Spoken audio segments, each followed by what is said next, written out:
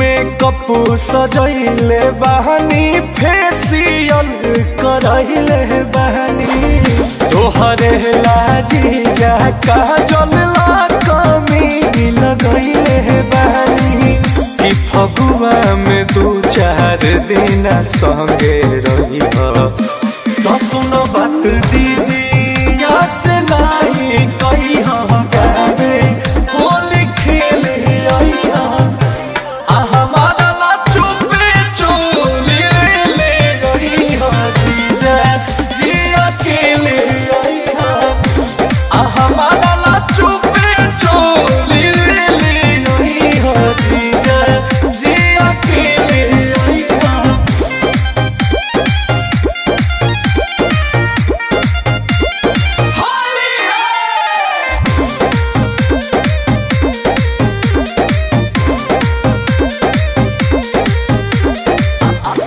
अब होठ ललिया के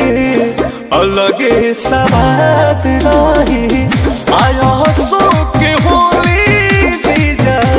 जिंदगी भयाद रही कि रसवा भरल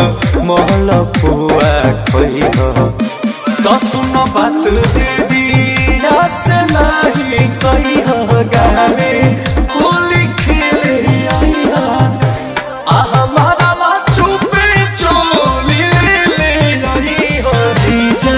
जिया के ले आई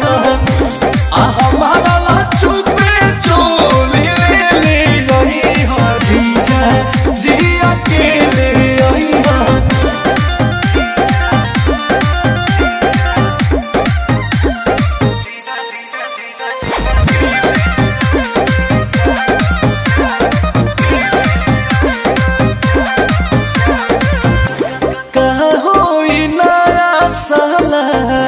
वर जी जराख के आयो कुस राजा जी लड़ही बहाक के अनखरा साली के बोस झेले